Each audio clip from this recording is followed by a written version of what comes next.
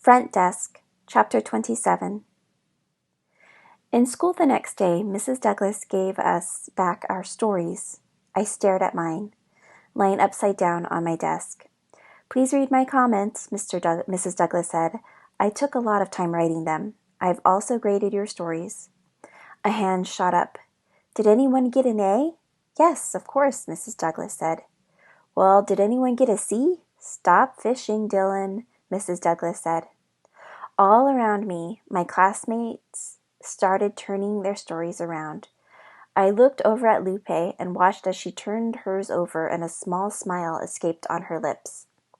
I looked down at my story. With a deep breath, I turned it around. There, plastered in red ink on the very top of my essay, was a big, fat C-. 12.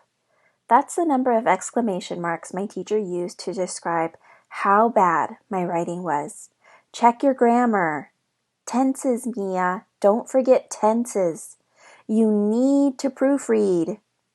The little minus sign on the top of the page winked at me, reminding me that C wasn't bad enough. It had to be C-. I stared at the red marks over my story. A hot, bloody mess. In every sentence there was something circled or crossed out. Why couldn't I ever get the tenses right? I could hear my mother's voice in my head shouting, "Because there are no tenses in Chinese." My mother was right. How could I possibly be as good as the other kids in their language?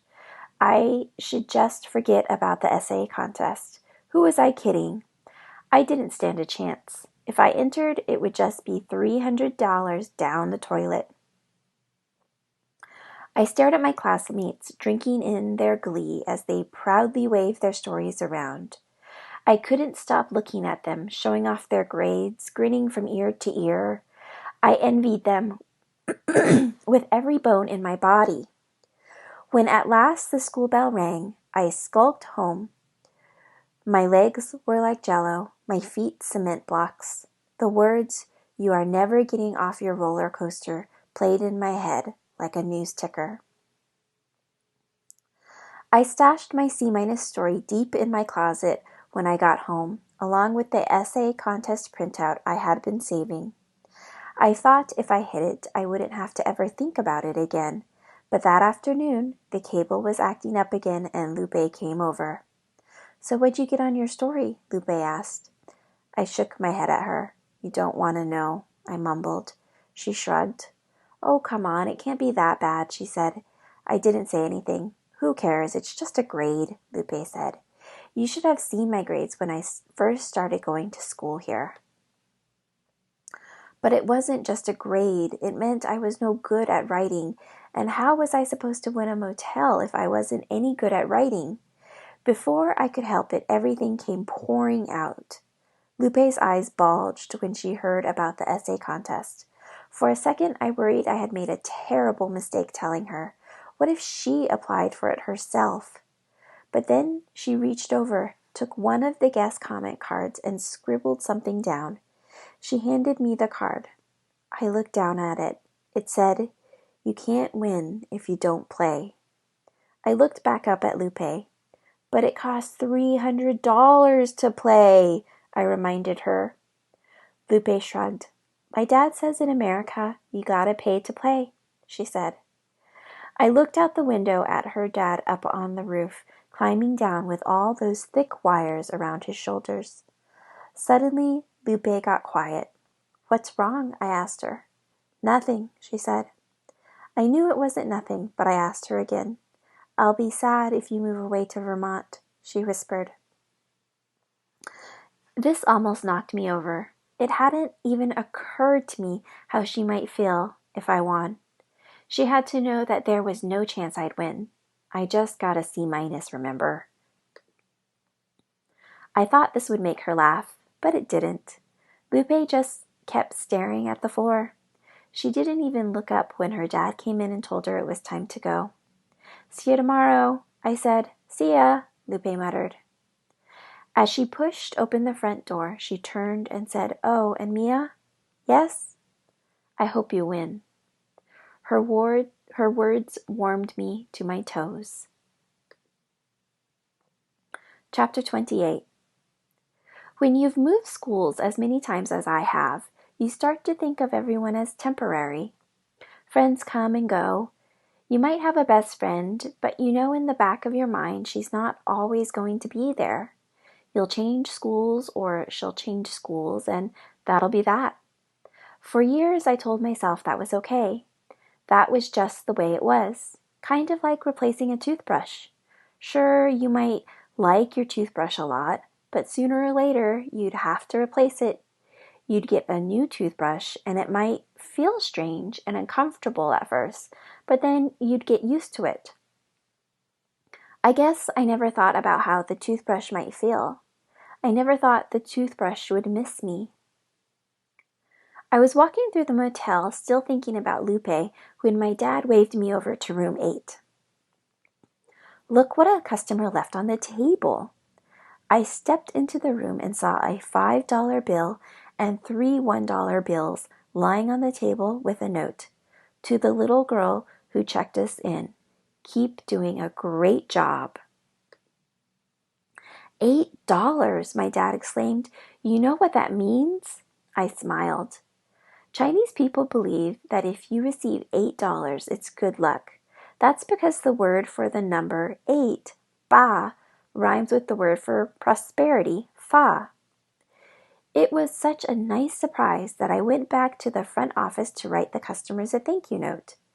As I got their registration card out and copied down their address, it briefly crossed my mind that maybe I should stop.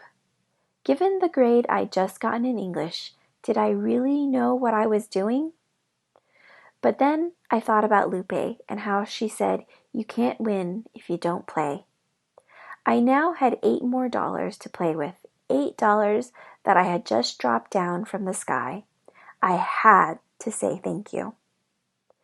I went over to Mrs. T's room to try and borrow a dictionary.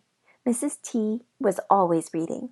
With her cat-eye glasses, she sat by the pool and plowed through at least 2 newspapers and a magazine a day.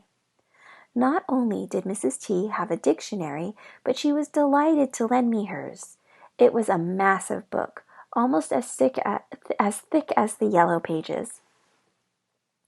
It wasn't just a dictionary either. It had something called a thesaurus, too. A thesaurus, Mrs. T said, was a list of words that meant the same thing as other words. You could trade them freely, like you can trade $1 for 8 Chinese renminbi. I called Mrs. T's nifty dictionary thesaurus. I carried Mrs. T's nifty dictionary thesaurus over to the front office and started composing my letter. Dear Mr. and Mrs. Miller, thank you so much for the $8 tip, along with the kind note. It made my day, and I was having a bad day. I got a bad grade at school. It was so bad that I was thinking about giving up on something. But then 2 things happened. My friend from school said something nice to me, and I got your note and tip. I think that's a sign, don't you? My parents are big on signs. I'm not, especially if they are bad, but I like the good ones. Thanks for giving me a good sign, and thanks for staying at the Cala Vista. I hope you'll come again soon. Sincerely, Mia Tang, Assistant Manager. I worked with Mrs. T's thick dictionary thesaurus, trading words, looking things up, learning phrases like big on and made my day, crossing things out and trading things on until at last I was satisfied with my letter. I copied the letter over onto a clean sheet of paper, sealed the envelope, and placed it on the outgoing mail pile. Then I had another idea. If Mr. and Mrs. Miller were willing to give me a tip, maybe other guests would be as well, you know? Maybe if I saved up, I could have enough to enter the essay contest. I called up Lupe. That's a great idea, she said. You should totally do it. Lupe said everyone was always giving out tips in restaurants. Even her dad, if he did an extra good job, got a tip from his customers. Except Mr. Yao, of course. Mr. Yao never gave Lupe's dad a tip, not even on Christmas Day last year when he had to go over to his house to repair the cable. The tip jar would have to be a secret, though. Mr. Yao couldn't see it. If he saw it, he'd just take the money like he took everything else. I wasn't even sure I wanted my parents to see it. They still didn't know about the essay contest. If my mom knew, she might say I didn't stand a chance, and the last thing I needed was her telling me I couldn't do it. I hung up the phone and went to the kitchen, where I found an empty plastic jar. I taped a Post-it on the front of it and wrote the word tip jar. I added some words for good measure. I added for some stars for good measure. I put the jar on the front desk. I decided I would only put it out when it was just me. When my parents or Mr. Yao were around, or when I was at school, I'd hide it under the desk. I lifted the divider and stood back to admire the jar. It looked good there. I went out the back to return Mrs. T's dictionary back to her. As I was walking across the parking lot, I noticed a couple I'd just checked in going up to my mom, who was walking back from one of the rooms. They were holding a camera. "Excuse me, will you take a picture of us?" the woman asked my mom. She grinned at her boyfriend. "This is our first vacation together." "Your first vacation? That's great," my mom said in her broken English. "Vacation," the couple corrected. "Anyway, will you take our picture?" "Sure," my mom said, taking the camera from her. The couple showed her which button to push, and I could tell my mom was tingling with excitement because she kept running her fingers along the zoom. Finally, a real camera. As my mom put her eye to the viewfinder, the couple hugged each other and gave her great big toothy grins. "Eggplant," my mom said, except she pronounced it eggplan. The woman frowned a little. "You know, it's eggplant," said the woman from my mom. Put the camera down. After my mom put the camera down. "What?" "Eggplant," the woman said, emphasizing the T so vigorously she was practically spitting on my mom. I could feel the heat of my mom's embarrassment from where I was standing. "If you're going to say it, you should say it right.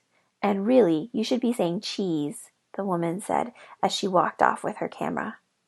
My mom just stood there, looking so sad. I wanted to run up to her and tell her, "Hey, it's okay. I got a C- on my English story. I know how you feel." But I knew this would not make her feel better. It would only make her feel worse. It almost made me want to do more math.